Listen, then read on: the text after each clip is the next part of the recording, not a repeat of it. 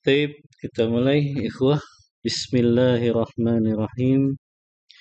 Assalamualaikum warahmatullahi wabarakatuh. Innal hamdalillah hamdan katsiran tayyiban mubarakan fih kama yuhibbu rabbuna wa yardah. Wa asyhadu an la ilaha illallah wahdahu la syarikalah wa asyhadu anna Muhammadan abduhu wa rasuluh. Allahumma salli wa sallim ala nabiyyina Muhammadin sallallahu alaihi wasallam wa ala alihi wa ashabihi wa man tabi'ahum bi ihsanin ila yaumiddin, amma ba'd. Ikhwani fillah rahimani wa rahimakumullah. Alhamdulillah, dengan izin dan pertolongan dari Allah, di malam hari ini kita bisa melanjutkan kembali kajian rutin kita, yang pada malam hari ini kita mengambil kajian tematik ya, dalam rangka menyambut bulan Ramadan yang mulia ini. Pembahasan kita pada malam hari ini berkaitan dengan perkara-perkara yang membatalkan puasa dan juga merusak pahala puasa kita. Kita mulai dari perkara-perkara yang membatalkan puasa. Ini anak ambil dari kitab Sahih Fikih Sunnah, kitab fikih yang membahas perbandingan mazhab. Jadi kita dapatkan pendapat-pendapat 5 mazhab yang terkenal tentang masalah pembatal puasa ini. Qala al-muallif rahimahullahu ta'ala, berkata pengarang kitab ini, Kamil Sayyid Salim rahimahullah, al-mubtilatu kismani, yang membatalkan puasa ada 2 macam, kata beliau.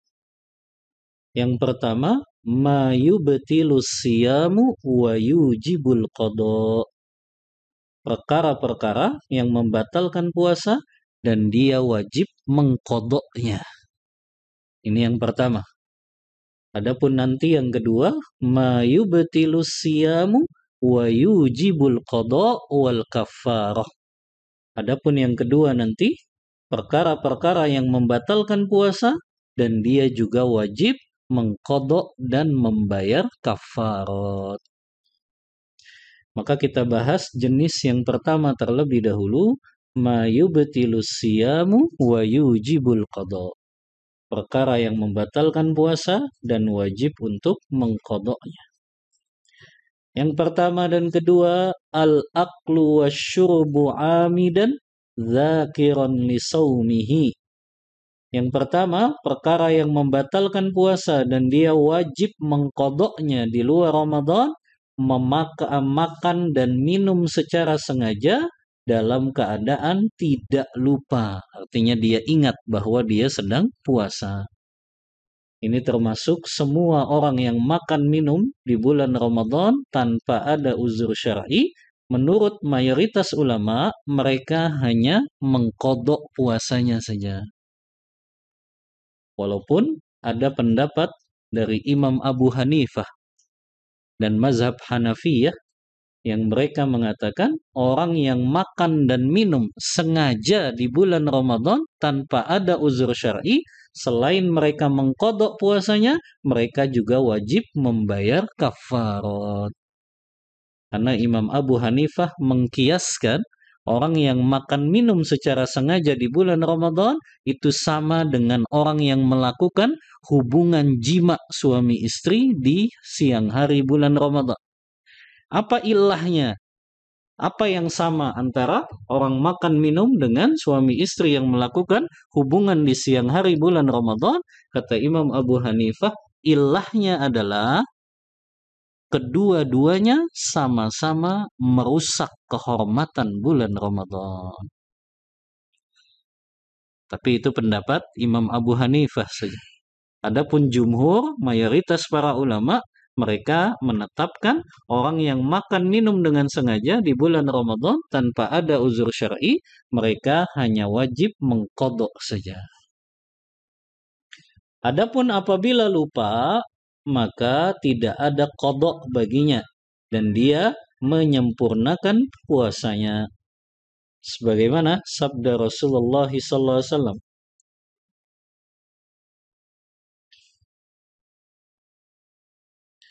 yang diriwayatkan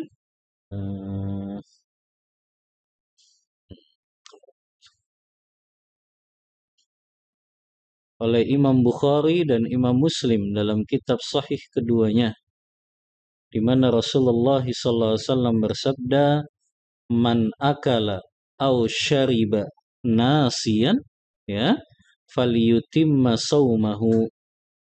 Siapa yang mereka makan dan minum karena lupa, maka hendaknya menyempurnakan puasanya, ya, menyempurnakan puasanya.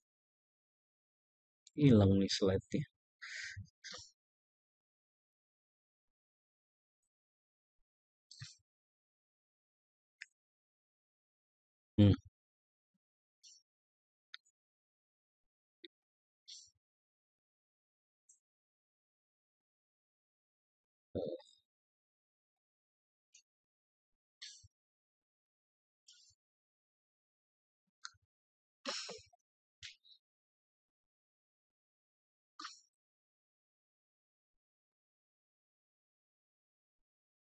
Jadi hilang slide-nya. Assalamualaikum warahmatullahi wabarakatuh. Ahlan wa sahlan. Taib. Ini tadi ya. Man nasiya wa huwa sha'im fa akala aw syariba falyutimma shaumahu fa innama at'amahu Allah wa saqah. Kata Rasulullah, siapa yang lupa padahal dia berpuasa, dia makan atau minum, maka hendaknya dia sempurnakan puasanya. Karena sesungguhnya Allah yang memberinya makan dan Allah yang memberikan minum tersebut. Bahkan ulama beda pendapat, ikhwah. Kalau kita dapati di depan kita, dia sedang puasa Ramadan, nggak taunya dia makan. Apakah langsung kita ingatkan? Atau tunggu dulu sampai dia selesai makannya? Nah, kita ingatkan langsung atau tunggu dulu? Waalaikumsalam. Nah. Hah? Nah, pendapat lebih kuat ya, sampai dia selesai dari makannya, atau bahkan biarkan dia minum terlebih dahulu. Nah, kasihan kan, mungkin serat gitu. Ya, maka biarkan saja. Ah? Oh, kalau yang ingat diri sendiri ya langsung dibuang. Gitu. Tapi ini kalau kita dapati di depan kita orang puasa, dia makan, maka tunggu dulu, jangan langsung diingatkan. Ya, karena itu rezeki dari Allah, Allah yang memberinya rezeki makan dan minum tersebut. Setelah dia sudah makan, minum, baru ingatkan, ya. Oh, ini kan puasa Ramadan. Ya. Jadi itu rezeki yang didapatkan orang tersebut, ya. Maka jangan kita potong, kasihan kan? Dia lagi ngunyah, tahu-tahu kita ingatkan, kasihan, keselak ini, ya. Maka itu pendapat yang lebih kuat kalau kita mengingatkan orang yang lupa ketika dia puasa, dia makan atau minum. Ya. Maka ini masalah yang pertama dan kedua yang membatalkan puasa, makan dan minum secara sengaja. Ya. Dan mayoritas ulama tadi Anda sampaikan, kewajiban orang yang makan minum di bulan Ramadan secara sengaja, maka hanya mengkodok puasanya saja. Ini pendapat mayoritas ulama tadi ya. Kecuali Imam Abu Hanifah yang mereka berpendapat orang yang makan dan minum sengaja di bulan Ramadan, maka selain dia mengkodok puasanya, dia juga wajib membayar kafarat. Ya. Ini menurut Imam Abu Hanifah, tapi wallahu a'lam yang lebih kuat adalah pendapat mayoritas para ulama. Kemudian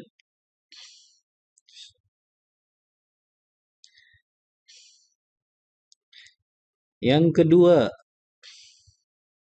yang juga disepakati oleh para ulama, ya. Yang ketiga ya, afwan. Yang ketiga, yang disepakati oleh para ulama adalah ta'ammudul qai, secara sengaja melakukan muntah. Maksudnya muntah di sini dia sengaja mengorek-ngorek bagian mulutnya sampai akhirnya keluar muntahnya. Adapun orang muntah tanpa disengaja, ya, apakah dia mabuk, ya, dia naik mobil mabuk kemudian dia muntah, atau dia sedang kurang enak badan dia muntah tapi dia puasa, maka itu tidak membatalkan puasanya. Jadi yang dimaksud di sini sengaja melakukan muntah di sini, dia korek-korek bagian mulutnya kemudian dia akhirnya muntah. Apa dalilnya? Hadis Rasulullah SAW yang diriwayatkan Abu Daud, Tirmidzi, Ibnu Majah dalam kitab sunan mereka. Hadis ini disahihkan oleh Syekh Albani. Kata Rasulullah, "Man dzara'ahul qai falaysa alaihi qada." Siapa yang dia tidak sengaja melakukan muntah, maka tidak ada qada baginya. Wa man istaqa'u amdan, siapa yang muntahnya sengaja dia lakukan, falyaqdi, maka dia wajib untuk mengqadha puasanya. Ya. Berarti 3 golongan tadi ya.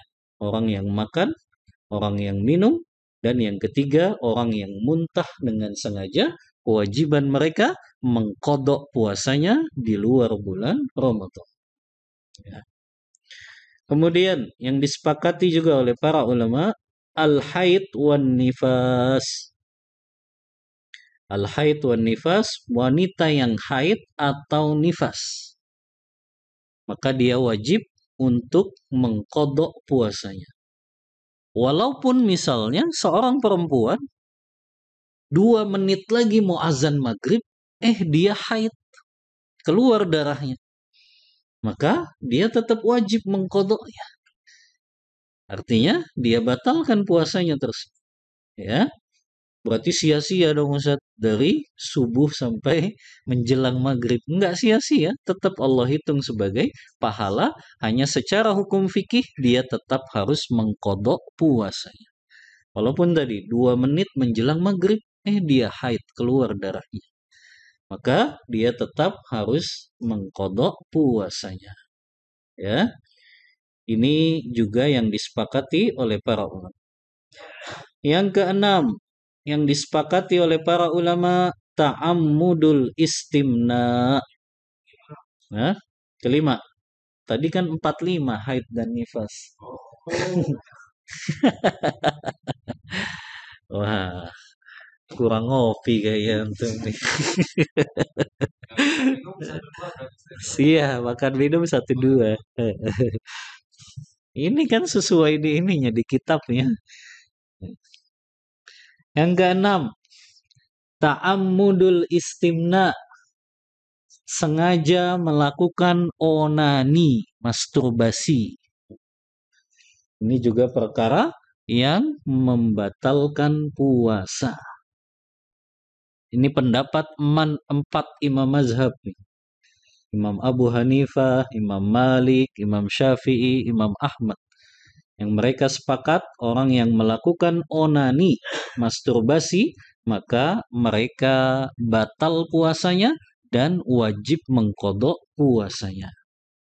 Kecuali mazhab Zahiriyah. Kamu pernah dengar mazhab Zahiriyah tidak? Ya. Zahiriyah itu berpendapat melakukan onani itu tidak batal puasanya. Ya. Karena menurut mereka onani itu tidak sama dengan jima. Ya, tapi pendapat mayoritas ulama tetap batal puasanya. Karena itulah tujuan dari puasa kan? Yang Allah berkata dalam hadis qudsi, kata Allah Ta'ala dalam hadis qudsinya, fa inna sawma li wa ana ajzi bihi. Puasa itu adalah untukku dan aku yang akan membalasnya. An yada'a ta'amahu wa syarabahu wa syahwatahu Karena orang itu telah meninggalkan makan, minum, dan syahwatnya min ajli, karena sebab aku. Maka di sini jelas bahwasannya istimna itu termasuk mengedepankan hawa nafsu, maka dia menjadi pembatal puasa dan orang yang melakukannya harus mengqadha puasanya. Kemudian yang ketujuh, ya, niyatul iftar. Niyatul iftar. Dia punya niat untuk membuka puasanya. Jadi nggak boleh ada niat kita mau berbuka puasa tanpa ada uzur syar'i. Beda kalau ada uzur syar'i ya, dia memang sakit, dia memang safar, ya, maka itu uzur syar'i. Tapi ini nggak ada uzur syar'i, dia sehat, nggak dalam keadaan safar, saya niat mau buka. Maka itu batal puasanya. Apa dalilnya? Sebagaimana sabda Rasulullah SAW, innamal a'malu binniyat wa innama likulli imri'in ma nawa. Sesungguhnya amalan seseorang itu bergantung pada niatnya dan seseorang mendapatkan pahala sesuai dengan yang dia niatkan. Nah? Belum makan, tapi dia sudah niat. Kalau itu berubah lagi? Ya, kalau berubah lagi enggak berarti. Sampai dia menetapkan makannya tersebut gitu. Ya. Wahada mazhabus Syafi'i. Antum lihat, ini adalah pendapatnya mazhab Syafi'i. Wa zahir mazhab Ahmad. Ini juga pendapatnya Imam Ahmad.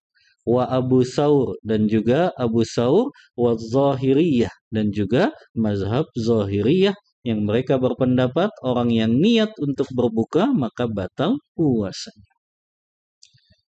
Yang kedelapan, ar-riddatu anil Islam. Ini jelas ya, orang yang murtad dari agama Islam.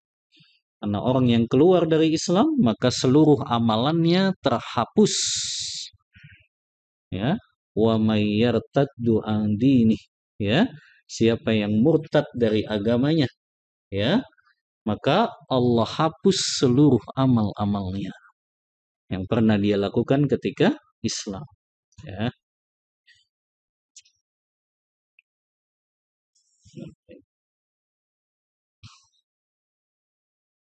Kemudian yang yang ke-8 tadi apa? Terakhir berarti ya. Itu jenis yang pertama, yang membatalkan puasa dan wajib mengqadha saja.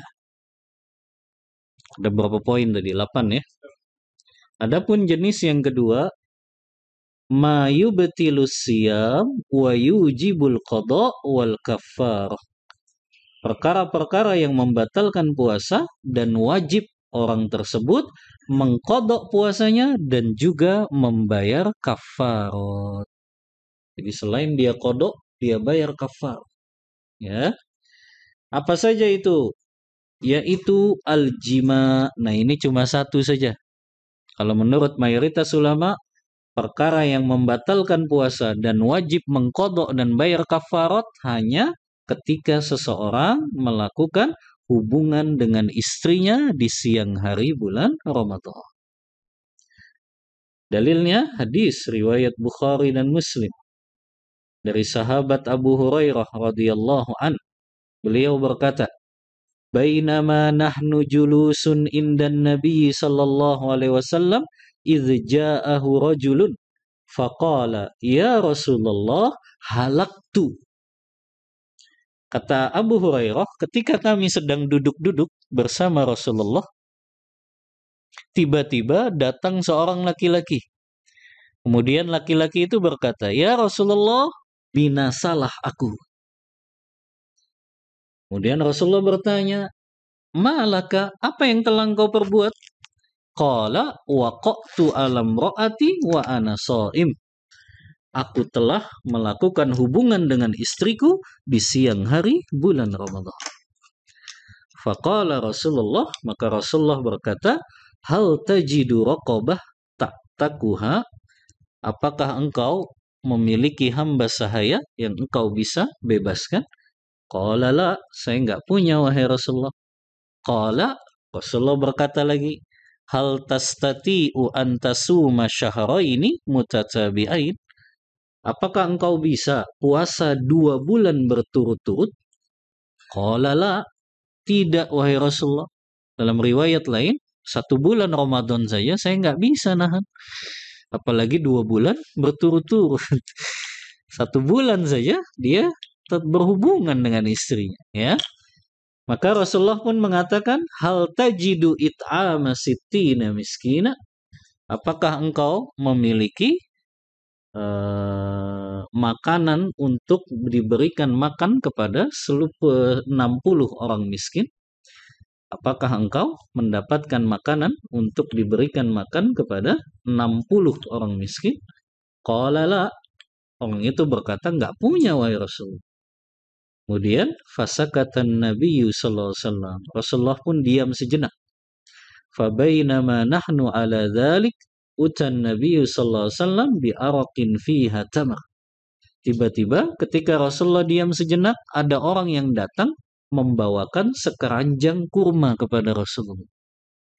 Maka kemudian Rasulullah berkata, aina sa'il, mana tadi itu yang bertanya? Faqala ana, saya wahai Rasulullah. Kata Rasulullah, khudh hadha fatasaddaq bihi, ambillah ini dan engkau sedekahkan untuk membayar kafarat tadi, memberi makan 60 orang miskin. Ya. Dalam riwayat lain, ya, ala afqara minni ya Rasulullah, adakah orang yang lebih fakir dan miskin dari saya wahai Rasulullah? Ya, fa wallahi, ya, kata orang, wallahi ma baina labtaiha, demi Allah tidak ada orang yang lebih miskin daripada saya di kota Madinah ini wahai Rasulullah. Lalu Rasulullah berkata, kalau begitu berikan sudah kurma ini kepada keluargamu. Maka Rasulullah pun tersenyum sampai kelihatan giginya. Ya, maka di sini menunjukkan kafarat bagi wanita atau suami istri yang melakukan hubungan di siang hari bulan Ramadan adalah tadi ya, kalau dia mampu puasa 2 bulan berturut-turut, puasa dulu berarti. Kecuali dia nggak mampu, maka memberikan 60, memberikan makan kepada 60 orang miskin. Ya. Ini kalau sengaja, ikhwan. Tapi kalau lupa, dia wajib qadha dan kafarat tidak? Kalau lupa melakukan hubungan suami istrinya? Hah? Hah? Dia tetap wajib tidak? Nah, kalau dia lupa, tidak ada qadha, tidak ada kafarat. Kalau memang betul-betul dua-duanya lupa, ya. Suaminya lupa, istrinya lupa. Tapi sulit untuk dibayangkan sih kayak gini ya. Karena biasanya kalau suami lupa ya istri ngingetin gitu. Kalau istri lupa, suami ngingetin.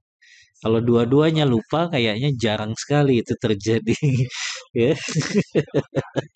Kecuali pura-pura lupa gitu. Ya. Maka kalau memang betul lupa, maka tidak ada qadha dan tidak ada kafar. Ya. Kemudian nih, ya. Hal tajibul kafarah alal mar'ati karojul. Nah, di sini dibahas. Apakah yang wajib membayar kafarat suaminya saja? Karena tadi yang mengadu kepada Rasulullah siapa? Laki-laki tadi. Apakah suaminya saja yang wajib bayar kafarat, sementara istrinya tidak? Nah, atau dua-duanya bayar kafarat? Nah, ini ikhtilaf juga di kalangan ulama. Pendapat pertama mengatakan suami saja yang wajib membayar kafarat. Dan ini pendapatnya mazhab Syafi'i. Ya. Laisa 'alal mar'ati kafarah mutlaqan. Adapun untuk istrinya dia nggak wajib kafarat. Ini kalau menurut pendapat Syafi'i. Tapi pendapat kedua mengatakan alal mar'atil kafarah karajul. Perempuan itu tetap sama bayar kafarat seperti suaminya, wa huwa qaulul jumhur. Dan inilah pendapat mayoritas ulama. Imam Abu Hanifah, Imam Malik, bahkan sebagian perkataan dari ulama'nya madhab Syafi'i dan riwayat yang kuat dari Imam Ahmad. Maka wallahu a'lam pendapat lebih kuat adalah pendapat yang kedua, bahwasannya ketika suami istri melakukan hubungan di siang hari Ramadan, maka kedua-duanya wajib bayar kafarat dan kedua-duanya wajib mengqadha puasanya. Ya, ini pendapat yang lebih kuat, ya. Nah, kalau berzina tidak halal, sama. Apalagi dia sudah merusak kehormatan Ramadan. Tapi ini tidak berlaku bagi orang yang melakukan onani tadi, ya. Karena yang melakukan onani dia hanya wajib untuk mengqadha saja, tidak bayar kafar. Jadi yang bayar kafarat ini melakukan hubungan jima. Apakah jimanya suami istri, apalagi dia bukan suami istri. Sama, karena mereka sama-sama merusak kehormatan di bulan Ramadan. Ya.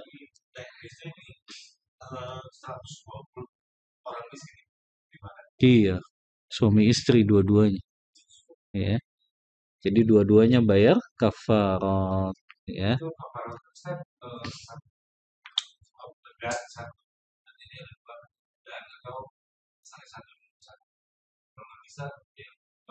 Iya, berurutan. Ya, jadi enggak dimulai dulu dari puasa 2 bulan. Kalau dia nggak mampu, baru memberi makan 60 orang miskin. Iya, jadi berurutan dulu. Kalau budak kan memang nggak ada, ya, makanya langsung yang kedua. Dia kuat tidak puasa 2 bulan berturut-turut? Kalau dia kuat, sudah. Berarti cukup puasa 2 bulan saja. Tapi kalau dia nggak kuat, baru tadi memberi makan 60 orang miskin.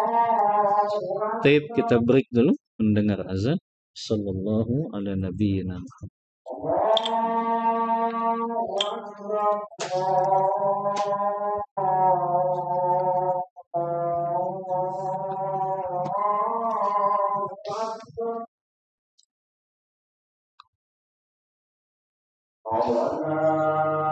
Udahlah, kita lanjut lagi. Apakah bayar kafarotnya double atau cukup 1 kali? Paham antum masalahnya? Ya. Jadi dia dalam 1 hari itu katakanlah 3 kali hubungannya. Pagi, siang, sore, menjelang buka juga. Apakah dia bayar kafarotnya double atau cukup sekali saja? Hah? Ah. Nah, man jama'a fi yaumin wahid miraran falaisa alaihi illa kafarah wahidah ijma'an. Nah, ini. Menurut kesepakatan ulama, kalau mereka melakukan hubungan jima'nya hanya 1 hari saja, walaupun berkali-kali, maka tetap bayar kafaratnya hanya 1 kali saja. Itu kalau di hari yang sama.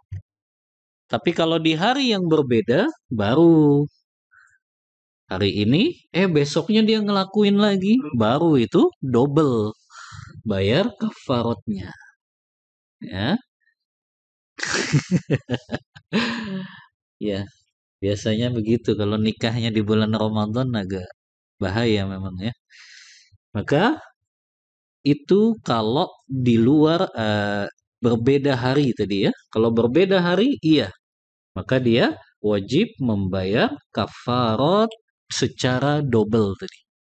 Setiap hari yang dia melakukan hubungan jima tadi, maka setiap hari itu dihitung dia bayar kafarat. Ya, double berarti bayar kafaratnya. Ya. Nah, ini perkara yang membatalkan puasa, ya. Yang dia wajib mengqadha dan bayar kafarat. Ada masalah-masalah yang ulama mengkiaskan beberapa masalah dengan pembatal-pembatal ini, yaitu makan minum, ya, seperti mereka kiaskan dengan melakukan infus. Infus itu kenapa batal puasanya? Karena di situ ada nutrisi makanan. Maka menjadi batal karena dikiaskan sama dengan makan dan minum. Ya. Begitu juga kalau disuntik, batal atau tidak? Suntik. Hah? Disuntik batal tidak? Hah? Dirinci oleh ulama. Kalau isi suntikan tersebut hanya obat saja, maka tidak batal puasa. Karena yang dimaksud makan dan minum kalau di situ memang berisi nutrisi makanan. Nutrisi makanan tuh yang dia sampai kepada lambung kita dan dia menjadikan kita memiliki tenaga gitu loh, energi. Itu yang dia batal puasanya. Makanya kalau suntikannya hanya obat, maka itu tidak batal. Tapi kalau suntikannya isinya nutrisi makanan dan minuman, itu yang batal puasanya. Ya, makanya kalau ada orang ketika puasa Ramadan, dia makan batu, ya, batal nggak puasanya? Hah? Batal nggak? Hah? Dia makan batu, dia masukin ke dalam, ya, mulutnya sampai lambungnya. Batal tidak? Hah? Batu itu bisa memberi dia energi dan tenaga nggak? Enggak, maka nggak batal. Tapi ada gitu orang nelan batu, ya, nggak ada kayaknya ya. Tapi intinya tadi ya, kalau masuk sampai kepada lambung, memberikan energi dan tenaga, itu baru batal puasanya. Termasuk ikhwah, pendapat lebih kuat, memasukkan apapun ke seluruh lobang-lobang anggota tubuh kita, itu tidak batal. Memang ada sebagian kecil ulama yang berpendapat kalau memasukkan sesuatu apakah ke mata, ke kuping, ke hidung, ya. Sampai dulu anak kecil ingat kalau kita kentut di air, airnya masuk batal katanya. Ya. Nah, itu memang ada pendapat sebagian kecil ulama, tapi itu pendapat yang tidak ada dalil. Ya. Yang pendapat lebih kuat adalah semua yang masuk ke anggota atau lubang-lubang dalam tubuh kita, ya, selama tidak masuk ke dalam mulut sampai kerongkongan, maka itu tidak batal. Makanya memakai obat, misalnya obat tetes mata, obat apa lagi, tetes telinga, atau obat apa tuh? Kalau orang sesak nafas, fix inhaler, ya. Kalau orang yang mulut itu apa? Yang disemprot juga kan? Nah, itu batal tidak? Tidak, ya. Maka obat-obat seperti itu pun tidak membatalkan puasa. Karena sedikit sekali kan air yang masuk. Banyakan mana? Antum masukkan itu obat apa? Orang sesak napas ya. Dengan antum kumur-kumur, banyakan mana air yang antum telan? Ketika kumur-kumur. Tapi apakah kumur-kumur itu batal? Enggak, kata Rasul. Ya, makanya orang yang sikat gigi pun di bulan Ramadan nggak batal. Karena orang yang dia sikat gigi sama seperti kumur-kumur kan. Orang yang kumur-kumur pasti ada air yang dia minum gitu. Coba antum eksperimen. Ya, antum minum air di gelas, kemudian kumur-kumur, antum lepehin lagi di gelas. Bertambah atau berkurang? Berkurang. Kalau bertambah berarti ilernya itu yang tambah. Pasti berkurang karena pasti ada yang tertelan di dalam tenggorokan kita. Tapi itu dimaafkan dan tidak membatalkan puasa. Bahkan Rasulullah melakukan siwak. Beliau bersiwak walaupun beliau dalam keadaan berpuasa. Karena Rasulullah orang yang paling sering melakukan siwak, kata Aisyah. Sampai kan di akhir hayat sebelum beliau meninggal, ibadah terakhir yang beliau lakukan apa? Siwak. Beliau minta disiwaki sebelum meninggal dunia. Setelah beliau siwak, baru beliau mengucapkan ya kalimat Allahu Rafiqul A'la, Allahu Rafiqul A'la. Jadi ibadah terakhirnya itu siwak Rasulullah. Beliau senang menghadap Rabbnya dalam keadaan mulutnya dalam keadaan tidak memiliki aroma bau yang tidak sedap. Ya. Baik, kita cukupkan untuk materi. Nanti kita lanjut perkara-perkara yang merusak puasa insya Allah setelah sholat isya. Kita break terlebih dahulu. Wassallallahu. Di antaranya mereka kan sandarannya ini kan hadis lemah ini, bahkan sebagian ulama mengatakan munkar hadisnya yang mengatakan tidurnya orang puasa itu ibadah. Maka ini tidak bisa diamalkan. Ya. Begitu juga ini hadis palsu malah ini. Ya. Hadis palsu yang mereka mengatakan berbukalah puasa dengan yang manis. Ya, ini nggak pernah ada dari Rasulullah. Antum cek semua kitab-kitab hadis, nggak ada perkataan Rasulullah seperti ini. Berbuka dengan yang manis. Rasulullah itu kalau buka memang dengan kurma. Sebagaimana hadis, karena Rasulullah SAW yuftiru birrotobat. Rasulullah itu berbuka puasa dengan memakan kurma basah. Ya, itu baru sahih. Tapi tidak semua makanan yang manis itu menjadi sunnah untuk dijadikan buka puasa. Maka yang sunnah memang memakan kurma. Begitu juga ketika kita sahur kan. Yang Rasulullah bersabda, ni'ma sahurul mu'min at-tamar. Sebaik-baik sahurnya orang yang beriman adalah dengan kurma. Itu baru sahih ya. Adapun berbuka puasa dengan yang manis ini tidak ada hadisnya, maka hadisnya palsu, tidak pernah terdapat dalam kitab-kitab hadis ya.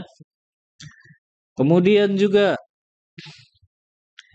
hadis tentang membaca doa ketika berbuka.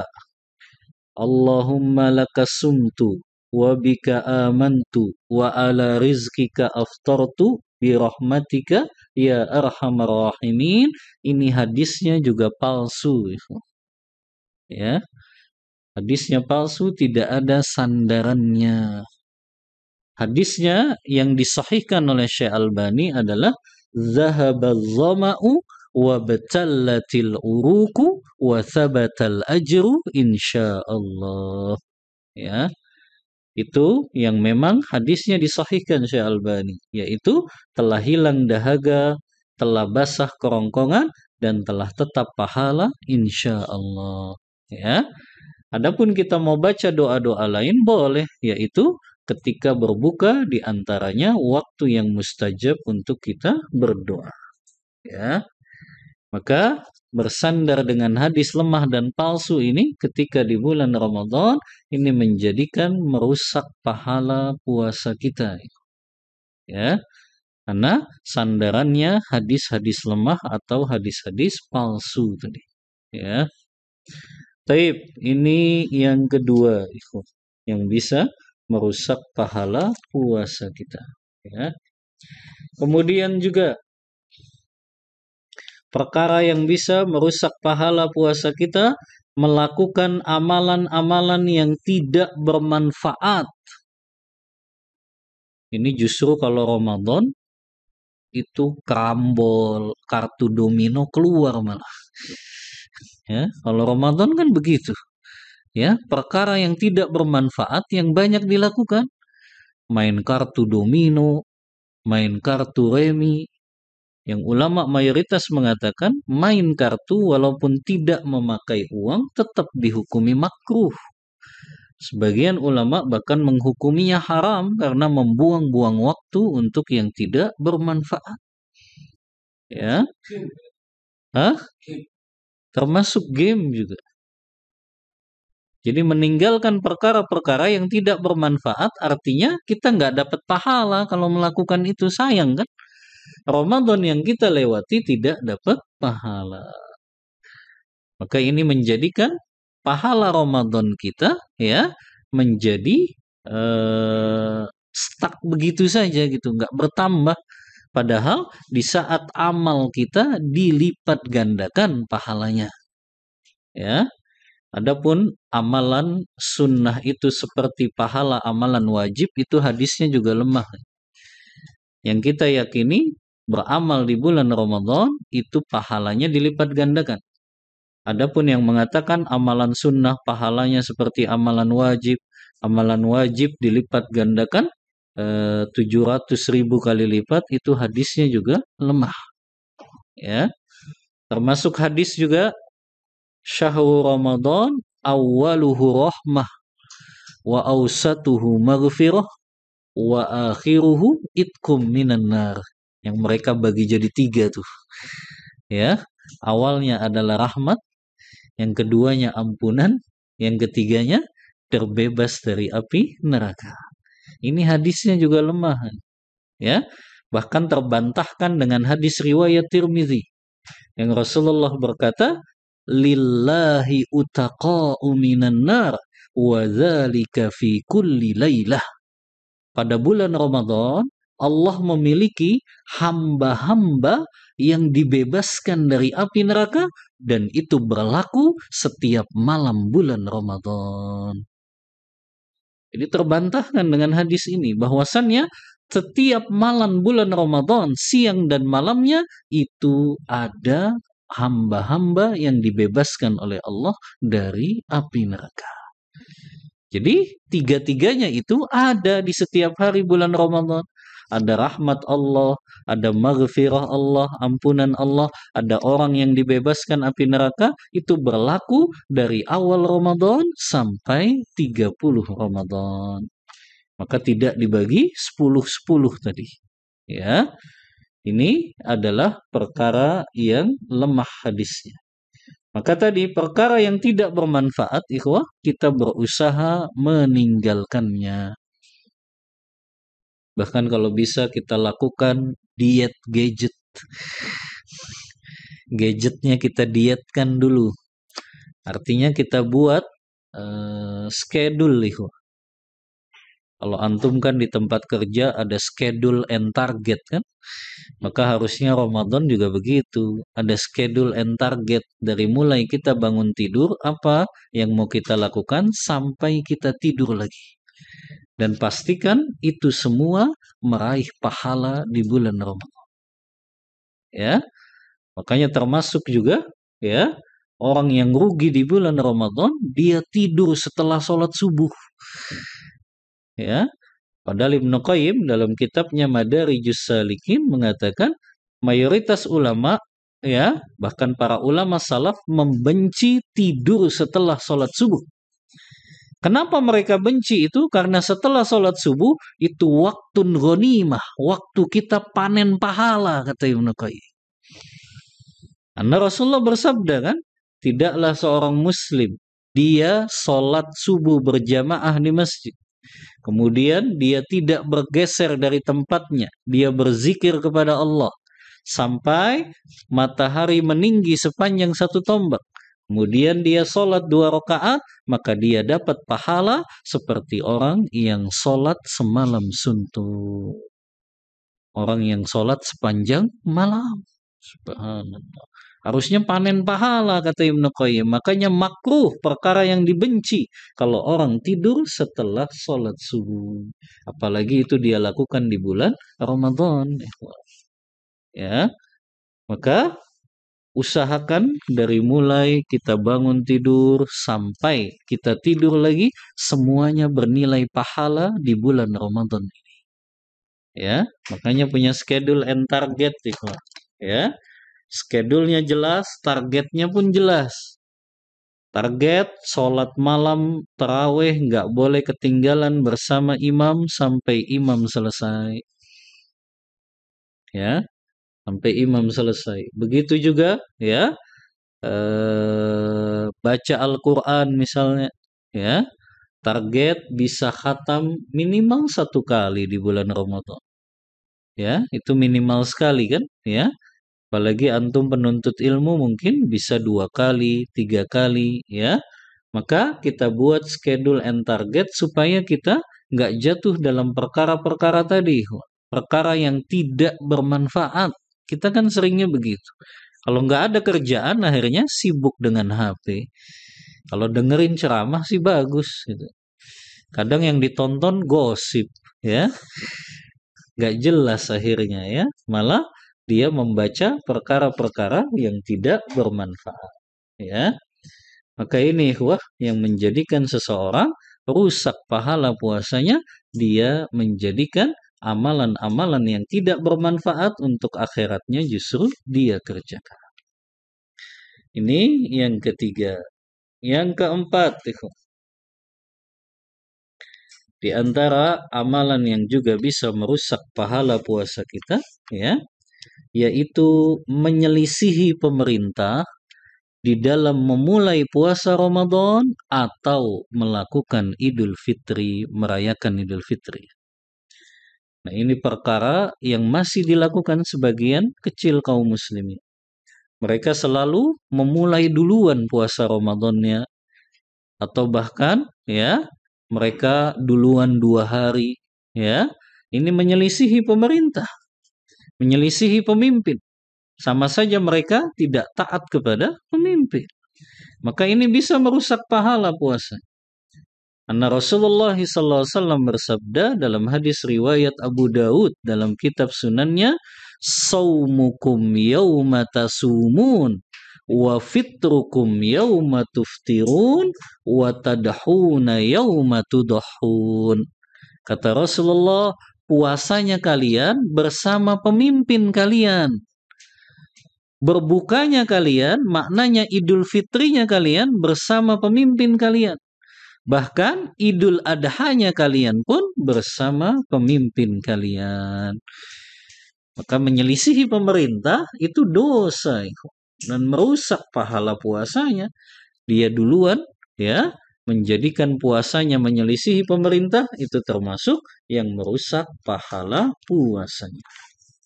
Ya. Maka ini yang keempat yang harus kita hati-hati. Pokoknya gampang ya, tinggal nunggu saja keputusan pemerintah. Awal Ramadan, hari raya Idul Fitri, hari raya Idul Adha, maka kita mengikuti keputusan pemerintah kita. Ya. Ini yang keempat, ya. Yang kelima, ya, yang juga bisa merusak pahala puasa kita di bulan Ramadan, ya. Di antaranya adalah ya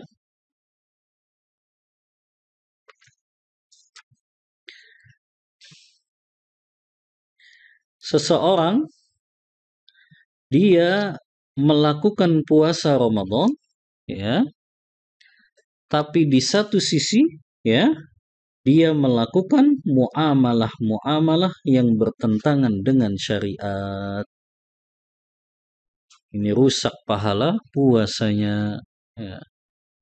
Melakukan muamalah yang bertentangan dengan syariat berarti berkaitan dengan transaksi yang dia lakukan, itu transaksi yang diharamkan syariat.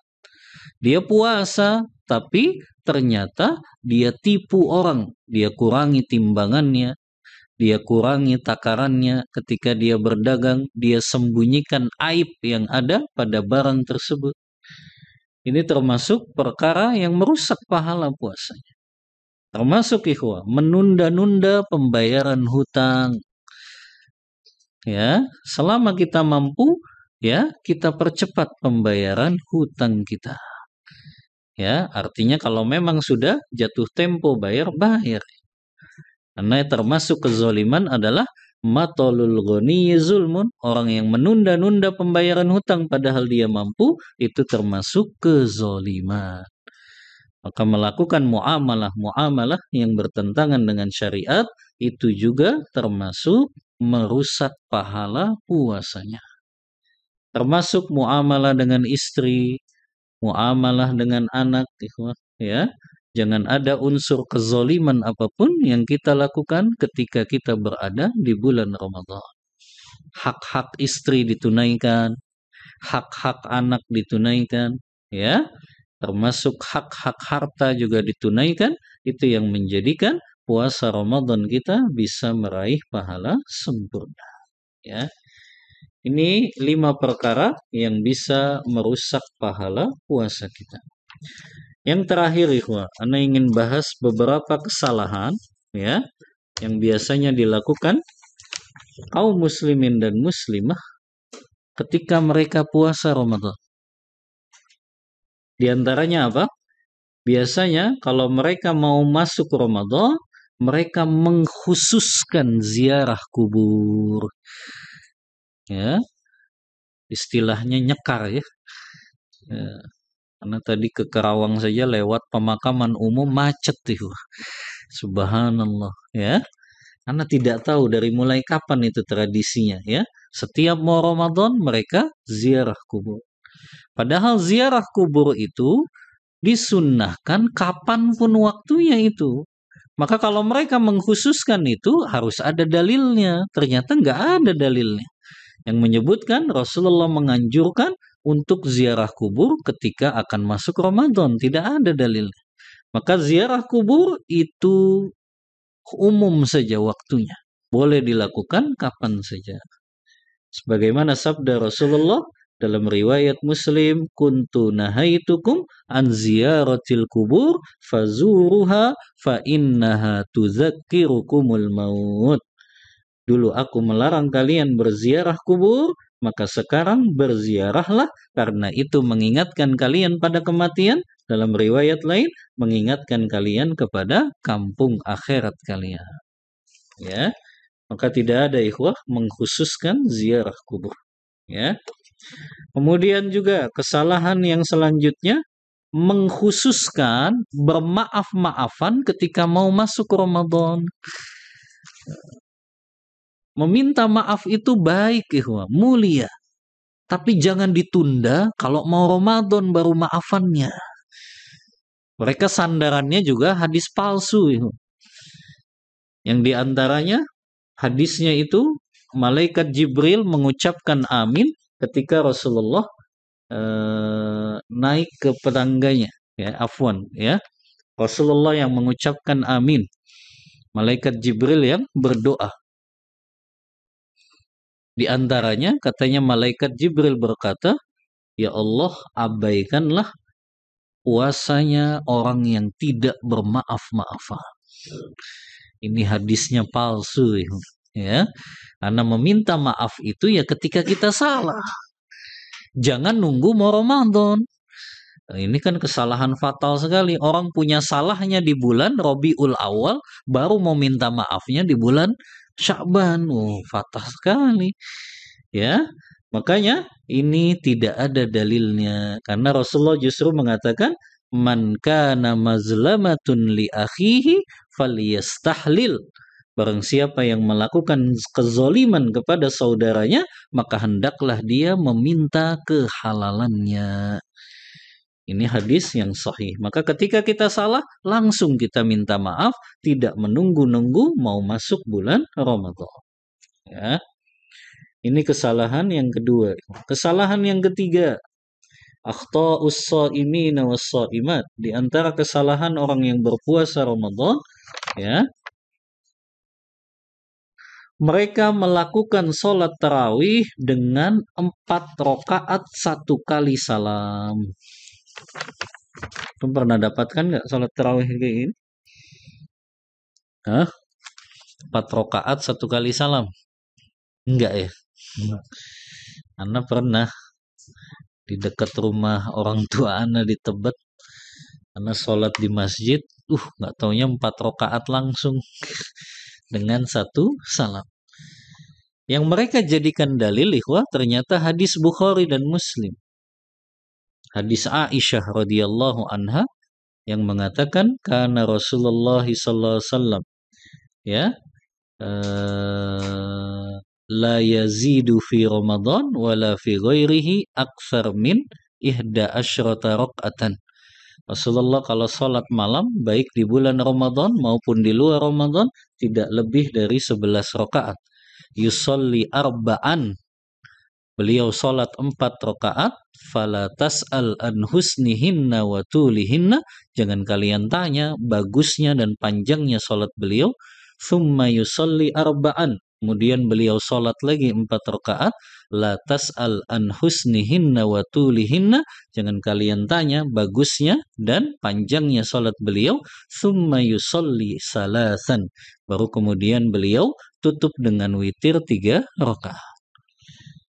Orang-orang yang mengatakan sholat tarawih 4 rakaat, 4 rakaat 1 kali salam, mereka dalilnya kan hadis ini. Yang Aisyah mengatakan yusolli arba'an, Rasulullah sholat 4 rakaat.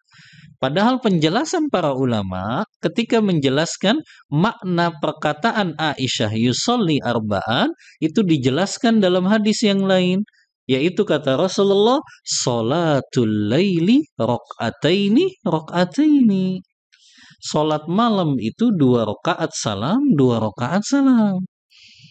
Ya, jadi tidak ada ulama yang menafsirkan 4 rakaat 1 kali salam. 2 rakaat salam, 2 rakaat salam. Ya, makanya ini kesalahan di dalam memahami hadis. Ya, karena Rasulullah SAW menjelaskan makna yusolli arba'an ini bukan 4 rakaat 1 kali salam. Yang dimaksud perkataan Aisyah 4 rakaat di sini adalah 2 rakaat salam, 2 rakaat salam. Setiap 4 rakaat ada jeda. Jadi setiap 4 rakaat itu ada jeda. Istirahatnya agak panjang. Baru lanjut lagi 4 rakaat, masih sama 2 rakaat salam, 2 rakaat salam, jeda lagi sebelum sholat witir. Ya, maka ini kesalahan kaum muslimin dan muslimah yang mereka sholat tarawihnya 4 rakaat 1 kali salam. Ya. Yang keempat, di antara akhta'us sha'imin was sha'imat, kesalahan orang-orang yang berpuasa di bulan Ramadan, mereka meninggalkan imam saat sholat tarawih tidak sampai selesai. Nah, ini kekeliruan juga ya. Sholat tarawih yang paling utama mengikuti imam sampai imam selesai. Hadisnya sering Ana sampaikan, riwayat Tirmidzi dalam kitab sunannya, man qama ma'al imam hatta yansarifa kutiba lahu qiyamul lailah. Siapa yang sholat malam di bulan Ramadan bersama imam sampai imam selesai, maka dia mendapat pahala seperti orang yang sholat sepanjang malam. Sholat semalam suntuk.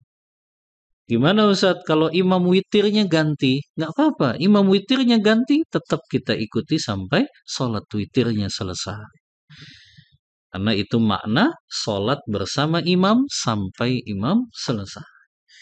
Makanya kalau antum pengen sholat 11 rakaat, jangan di masjid yang 23. Akhirnya antum keluar di tengah-tengah. Kecuali antum memang mau ikut 20 rakaat, 23 rakaat, antum memang pengen ikut, baru nggak apa-apa antum sampai imam selesai. Karena pendapat yang lebih kuat memang sholat malam tidak ada batasan rakaatnya.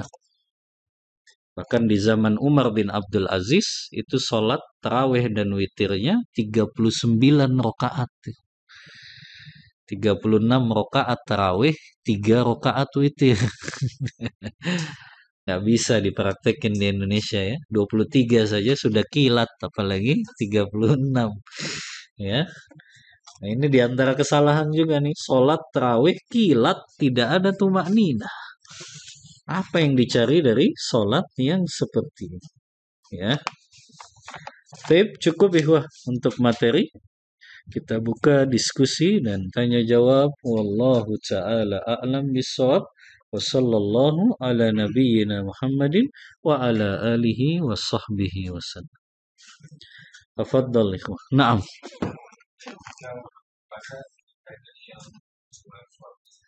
Naam.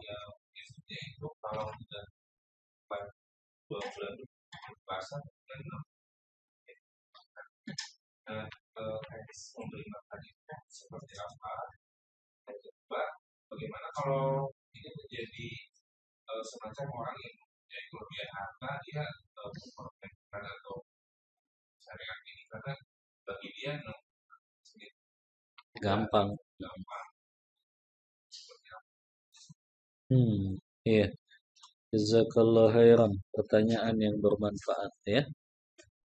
Yang pertama tadi ya, kalau orang itu ternyata orang yang kaya dan dia mudah untuk memberi makan 60 orang miskin. Makanya syariat menetapkan kalau dia masih mampu puasa 2 bulan berturut-turut, dia harus bayar kafaratnya 2 bulan itu. Tidak langsung kepada memberi makan 60 orang miskin. Jadi tetap kalau dia mampu, apalagi dia masih muda misalnya, puasa 2 bulan berturut-turut, maka harus dia lakukan itu dulu. Ya, kalau ternyata di tengah jalan dia nggak kuat, akhirnya jeda. Karena 2 bulan berturut-turut yang dimaksud juga ikhwah, dia bisa ada jeda kalau ada uzur. Jadi 2 bulan berturut-turut tuh, misalnya dia sudah seminggu nih puasa. Qadarullah, di hari ke-8 dia sakit. Maka itu uzur, boleh dilanjutkan lagi setelah dia sembuh dari sakit, tinggal nyambung saja.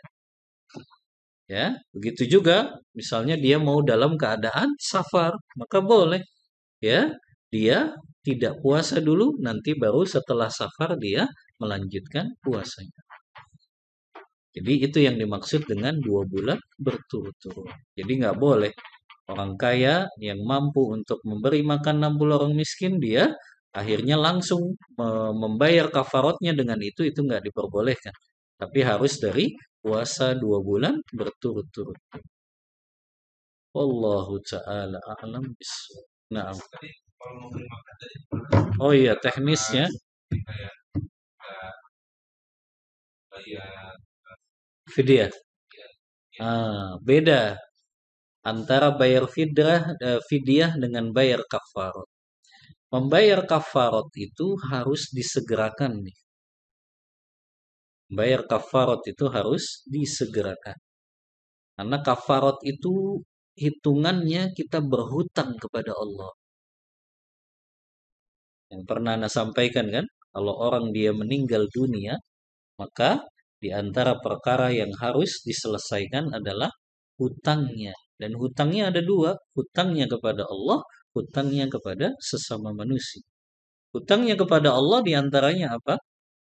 Membayar kafarat, dia pernah bernazar, ya, itu hutangnya kepada Allah, ya. Maka membayar kafarat harus disegerakan.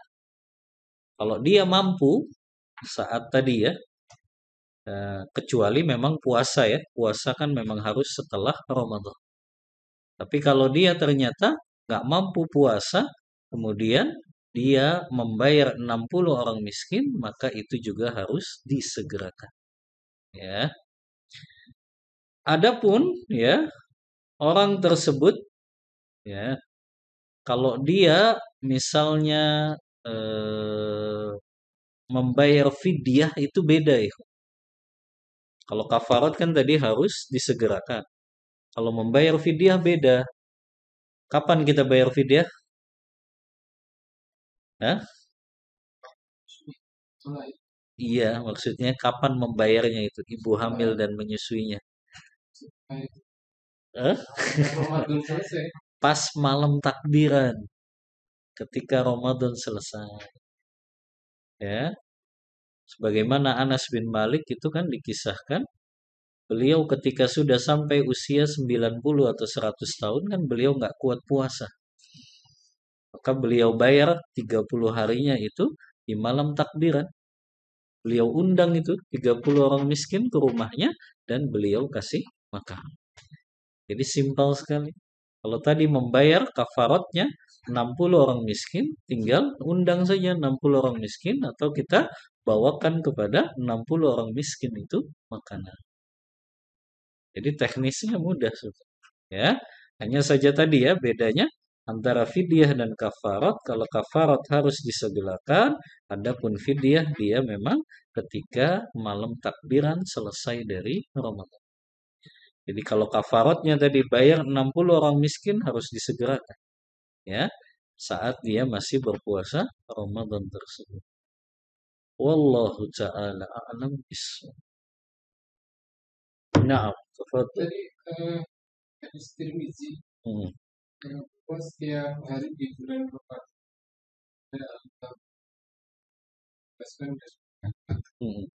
yang dapat dibebaskan dari neraka ini ada amal khusus atau ya kita saum selama saum dari fajar sampai maghrib itu Oh. Allah akan menentukan kurang-kurangnya hamba-hambanya itu. Ada cara supaya kita terpilih gitu. Iya. Terus kedua terbebasnya itu selamanya. Artinya misalkan Ramadan ini si Fulan mendapatkan dibebaskan dari api neraka. Ketika setelah Ramadan maka dijamin bahwa dia tidak melakukan kemaksiatan sehingga masuk neraka. Iya. Jazakallah khair, pertanyaan yang bermanfaat. Yang pertama, apakah orang-orang yang terbebas dari api neraka setiap malam Ramadan itu sudah Allah tetapkan dan mereka tidak bisa melakukan usaha? Tentu bisa kita melakukan usaha agar terpilih menjadi hamba-hamba yang terbebas dari api neraka. Di antaranya kita melakukan puasa Ramadan dengan maksimal diiringi dengan ibadah-ibadah yang termasuk kita jaga juga keikhlasan amal ibadah kita di bulan Ramadan tersebut. Maka di antara perkara yang bisa menjadikan kita bisa terpilih mendapatkan kebebasan dari api neraka, ampunan Allah, itu sebagaimana dikatakan Ibnu Rajab itu. Dalam kitabnya Jami'ul Ulum wal Hikam, beliau mengatakan, ihdzaril ma'asi, tinggalkan kemaksiatan dan dosa di bulan-bulan yang penuh rahmat ini. Maksudnya bulan Ramadan. Fa innaha tuharrimul maghfirah. Karena perbuatan dosa dan maksiat di bulan Ramadan itu mengharamkan seseorang mendapatkan ampunan dari Allah. Maka itu juga yang bisa mengharamkan dia mendapat pembebasan dari neraka Allah kalau dia masih melakukan maksiat di bulan Ramadan. Maka bisa kita usahakan, yaitu dengan berusaha betul-betul kita tinggalkan maksiat secara total.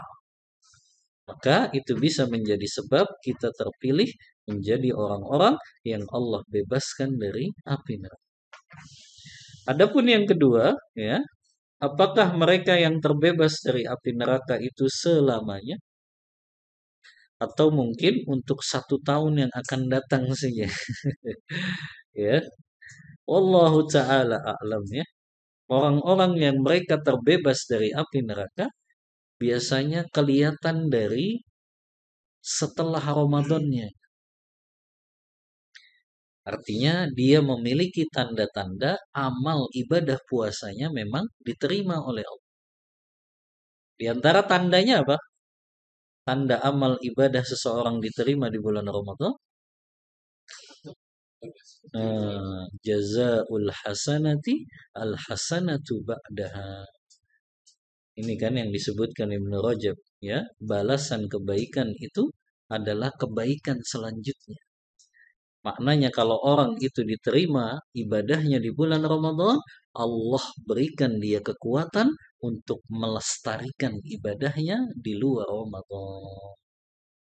Itu tanda tuh amal ibadah puasa Ramadan kita diterima oleh Allah. Makanya di antara tanda amal ibadah puasa orang Ramadan itu diterima, kata Ibnu Rajab kan, dia melakukan puasa 6 hari di bulan Syawal. Itu tandanya tuh, ya. Puasa 6 hari di bulan Syawal. Karena kalau dia betul-betul diterima puasanya Ramadan, dia bisa lestarikan dengan puasa-puasa sunnah. Minimal puasa 6 hari di bulan Syawal. Ya. Di antara dalilnya Ibnu Rajab membawakan surah Al-Lail, wa amma man a'ta wattaqa wa saddaqa bil husna fasanuyassiruhu lil yusra.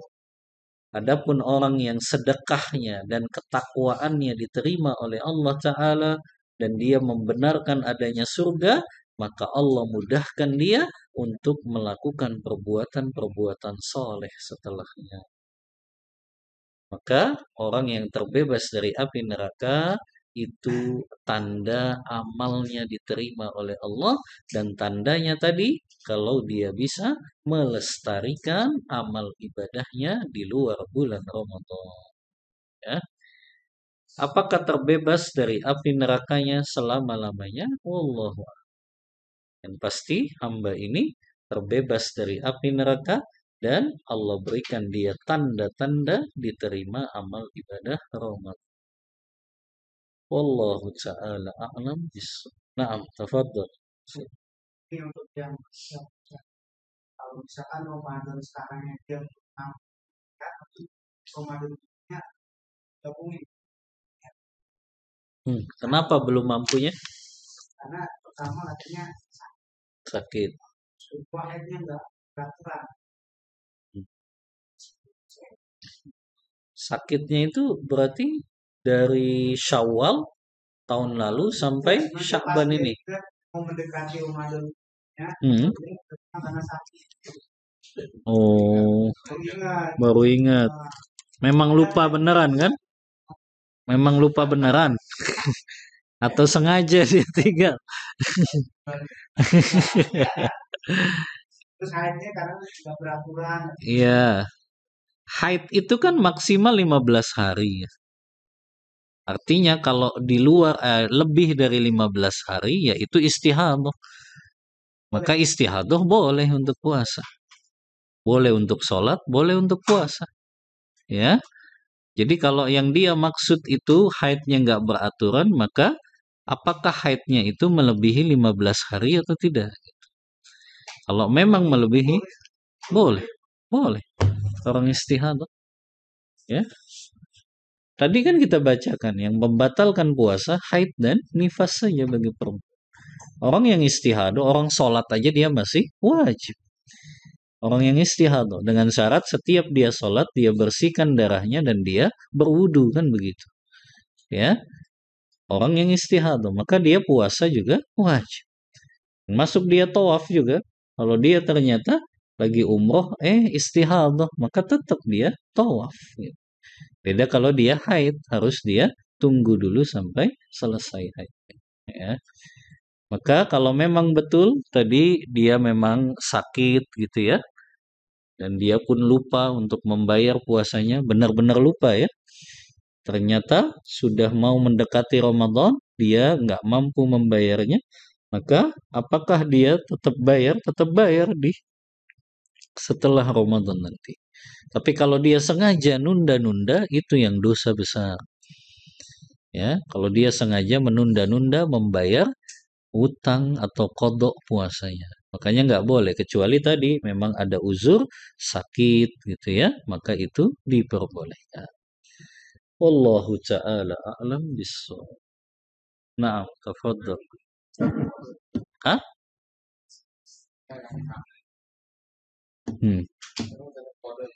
Nah, itu masalah yang ulama beda pendapat.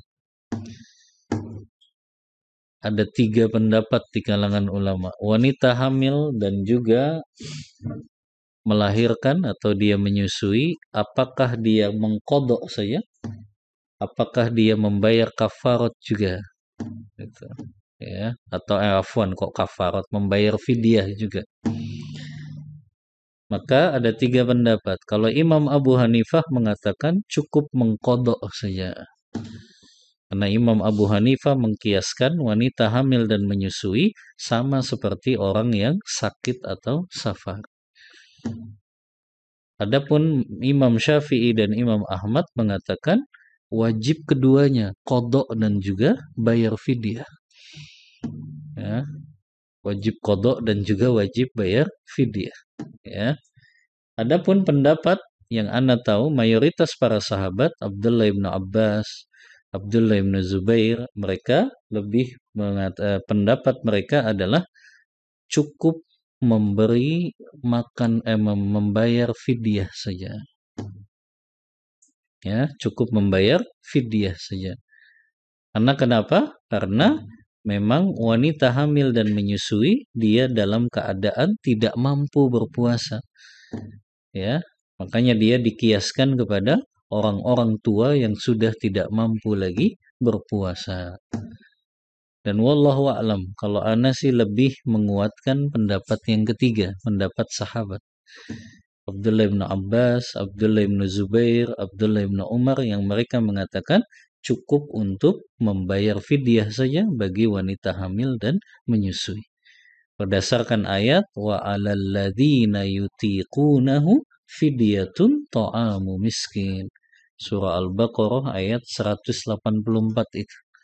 Mereka dikiaskan kepada orang-orang yang tidak mampu berpuasa sama seperti orang tua yang sudah tidak mampu berpuasa. Wallahu ta'ala a'lam bissawab. Begitu. Karena kasihan kalau wanitanya hamilnya tiap tahun gitu. Ada kan? Wanita yang hamil tiap tahun. Ya. Pas puasa lagi Ramadan terus. Ya. Dia belum sempat qadha sudah Ramadan lagi. Ya. Maka wallahu a'lam, pendapat yang ketiga yang ana lebih kuat. Tafadhal ikhwah. Naam. Menjelang puasa kan kita sekarang ya kita menyambut Ramadan. Bagaimana bentuk kita yang puasa kita? Apakah kalau sampai rumah sampai dicat, sampai direnov kecil-kecilan itu niat Apa hubungannya? Kita menyambut Ramadan itu, apakah itu termasuk kesalahan dalam menerapkan sukacitanya itu, atau sebenarnya bentuk sukacitanya itu seperti apa yang bisa kita terapkan? Bersukacita ketika menyambut bulan Ramadan, ya. Ya, jazakallah khair, pertanyaan yang sangat bermanfaat, ya. Berkenaan dengan, ya, seseorang apakah dia harus bersukacita, ya, ketika dia menyambut bulan Ramadan, ya. Wallahu a'lam. Ana tidak tahu sampai hari ini ana belum mendapatkan hadis yang sahih, ya, tentang bahwasannya kita dianjurkan atau kita diwajibkan, ya, untuk bersenang-senang atau menyambut bulan Ramadan itu dalam keadaan senang, ya. Yang ana ketahui ada sebuah hadis, tapi hadisnya lemah, ya. Bahkan sebagian ulama mengatakan palsu, yang bunyinya man fariha biduhuli Ramadan, siapa yang dia senang dan berbahagia dengan bulan Ramadan, maka dia dibebaskan dari api neraka. Itu pernah dengar hadis itu nggak? Iya. Hah? Pernah dengar nggak? Pernah. Nah, itu hadisnya tadi, ya. Sebagian ulama bahkan mengatakan palsu, ya. Adapun berbahagia di bulan Ramadan, ya, yang dimaksud dengan kita berbahagia di bulan Ramadan adalah, ya, dengan kita menyambutnya dengan persiapan-persiapan yang maksimal saja. Terlebih lagi persiapan dari sisi ruhiyah kita. Jadi wallahu a'lam. Adapun dengan orang melakukan pawai gitu, ya, kemudian obor lah, wallahu a'lam, ana belum mendapatkan dalil tentang itu, ya. Karena yang ana tahu yang dimaksud berbahagia di situ bahagia berjumpa dengan Ramadan dan diiringi dengan persiapan-persiapan yang maksimal untuk beribadah di bulan Ramadan tersebut, ya. Jadi yang ana tahu itu. Adapun dengan orang melakukan pawai gitu, ya, menyalakan obor, kemudian juga tadi antum ngecat rumah gitu, ya, atau antum renovasi rumah kecil-kecilan, ya. Wallahu a'lam, apakah itu termasuk di dalam berbahagia menyambut Ramadan atau itu karena mau lebaran saja jadi direnovasi ya bukan karena Ramadan ya karena kan nggak ada hubungannya renovasi rumah dengan Ramadan ya justru Ramadan ya yang harus kita persiapkan kan lebih kepada ruhiyah kita ya semangat dan spirit kita ya. Maka wallahu a'lam itu yang dimaksud dengan berbahagia di bulan Ramadan. Nah, Untuk yang puasa sawal itu puasa tafadhal. Nah, gimana? untuk puasa sawal Nah, kita punya utang nah, dahulukan yang mana? oh dahulukan yang mana? Ini juga masalah yang ulama beda pendapat ya. Kalau menurut Imam Ahmad dahulukan bayar hutang puasanya. Ya, kalau menurut Imam Ahmad. Tapi kalau menurut jumhur boleh karena Syawal ini terbatas waktunya, maka boleh mendahulukan puasa Syawal. Kalau memang waktunya mepet gitu. Sementara Syawal kan ya cuma berapa hari kan gitu. Adapun puasa kodok kita bisa sampai bulan Sya'ban. Ya. Dan wallahu a'lam. Kalau ana lebih condong pada pendapat jumhurul ulama ya, yang mereka berpendapat boleh puasa Syawal dan mengakhirkan puasa qada. Ya. Terawih sama tahajud sama nggak? Atau gini, kita sholat terawih dulu nih setelah sholat isya. Ketika bangun mau sahur, sholat tahajud. Boleh. Yang penting tidak witir 2 kali. Istilah tahajud dan tarawih itu sebetulnya istilah saja. Tahajud itu biasanya sholat malam di luar bulan Ramadan. Tarawih itu sholat malam ketika di bulan Ramadan. Dua-duanya sama, tahajud. Tapi tarawih itu istilah di sini atau memang? Enggak, memang istilah nggak tahu ya. Artinya ada Asli. Hah? Di bahasa Indonya memang ada di hadisnya atau tarawih. Wallahu a'lam. Kalau dari maknanya itu kan istirahat ya, tarawih. Jadi sholat tarawih itu sholat istirahat, sholat santai harusnya. Bukan malah ngebut gitu. Karena tarawih jamak min tarawih tadi, istirahat. Ya. itu di Saudi panjang-panjang. Hah? Iya. Gak istilah lagi. Jadi sholat istirahat ya, yang di situ kita dengan santai ya, tidak dengan terburu-buru ya. Maka sholat tarawih itu memang istilahnya para ulama mungkin ya. Kalau dalam hadis sih Anda belum tahu itu. Coba nanti Anda cek. Nah yang ada hadis memang ya hanya sholat malam bersama imam saja tadi ya. Adapun istilah tarawih kayaknya istilah para ulama ya. Yang mereka menggunakan istilah tarawih untuk sholat malam khusus di bulan Ramadan dan istilah sholat tahajud untuk di luar bulan Ramadan. Jadi sebetulnya sama-sama sholat malam. Ya. Jadi boleh tadi, kalaupun antum sudah witir sama imam sholat tarawih, lanjut lagi sholat tahajud boleh. Yang penting tidak witir 2 kali dalam satu malam. Ya. Padahal kan kalau kita sholat sama imam sampai selesai, pahalanya seperti sholat semalam. Suntuk. Iya. Kalau sholat lagi gak ada apa? Tetaplah dapat pahala juga. Segala dapat pahala. Ya. Tapi dia berjamaah Ustaz. Kalau setelah sholat setelah sahur. Nggak usah mikir. Nggak usah. Bisa sekalian. Mikirnya masjid. Hah? Kan kalau mau malam itu koda tuh. Oh iya, 10 hari terakhir. Terakhir. Habis sholat terawih kan tidur nih. Terus ada sholat tahajud berjamaah itu. Lalu para sahabat itu sholat malam bersama Rasulullah di malam bulan Ramadan itu kan 3 malam saja. 3 malam saja, ya, sebagaimana hadis Abu Dzar itu kami tidak mendirikan sholat malam bersama Rasulullah kecuali Ramadan tersisa 7 hari lagi. Malam 23. Kami sholat malam sampai sepertiga malam terakhir. Jadi dari habis Isya sampai sepertiga malam terakhir.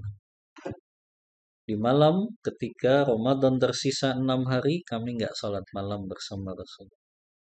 Kemudian di saat Ramadan tersisa 5 hari, kami sholat malam bersama Rasulullah sampai pertengahan malam saja.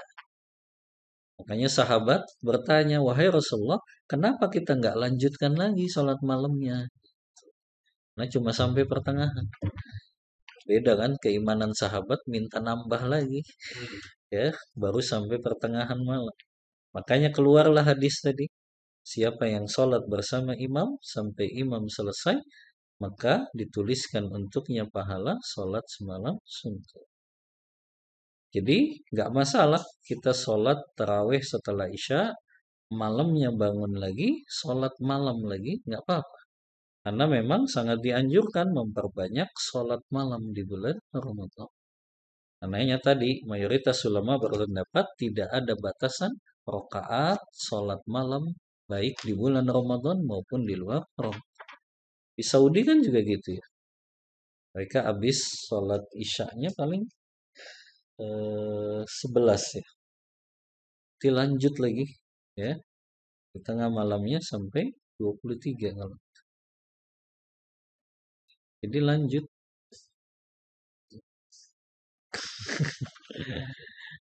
Wallahu ta'ala a'lam bissawab.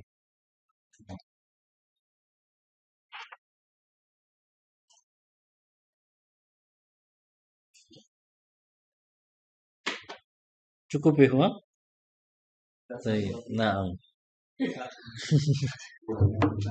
Kalau yang tadi yang kafar hubungan suami yang hari kerja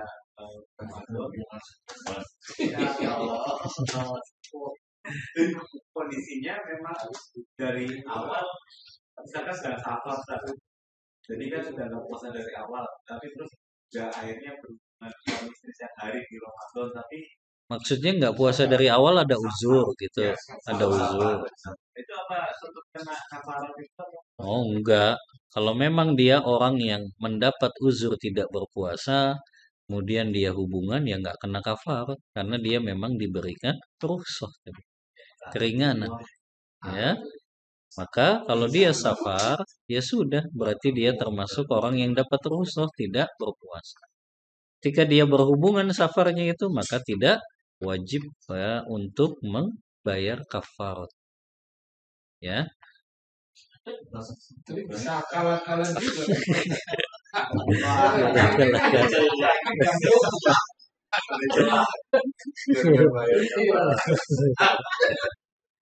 Ya, kembali lagi kan kepada niatnya.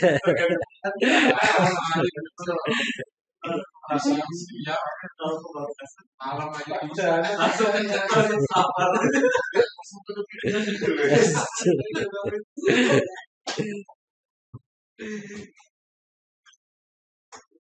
Baik, Ihwa. Cukup ya. Nah, ini ada penjelasan Ibnu Rajab, Ihwa. Yang dimaksud kita harus bergembira menyambut Ramadan itu karena bulan Ramadan di dalamnya penuh kemuliaan, keberkahan, keutamaan itu saja. Bukan berarti dengan penyambutan-penyambutan yang tadi. Ya, lebih ke arah kita perasaan ya. Seneng nih, banyak pahala nih. Oh seneng nih. Iya. Iya. Senengnya kayak berarti dapat THR nih. Jadi begitu kan. Ramadan dilipat gandakan. Jadi lebih ke perasaan gitu bergembira. Bukan dengan fisik-fisik tadi ya. Baik, wallahu ta'ala a'lam bishawab. Ini yang bisa Anda sampaikan materi kajian hari ini. Dan untuk Selasa Anda nggak bisa ya. Ya, Bu Alif sudah mengabarkan karena kayaknya sudah berangkat Selasa malam. Hah? Nggak awal Ramadan sih. 30 hari. Enggak, awal Ramadan saja. Insya Allah awal April sudah di Indonesia. Wallahu ta'ala a'lam bishawab. Wa sallallahu ala nabiyyina Muhammadin wa ala alihi wa sahbihi wasallam. Kita tutup kajian kita membaca doa kafaratul majlis. Subhanakallahumma wa bihamdika asyhadu an la ilaha illa anta astaghfiruka wa atubu ilaik walhamdulillahi rabbil alamin. Wassalamu alaikum warahmatullahi wabarakatuh. Waalaikumsalam.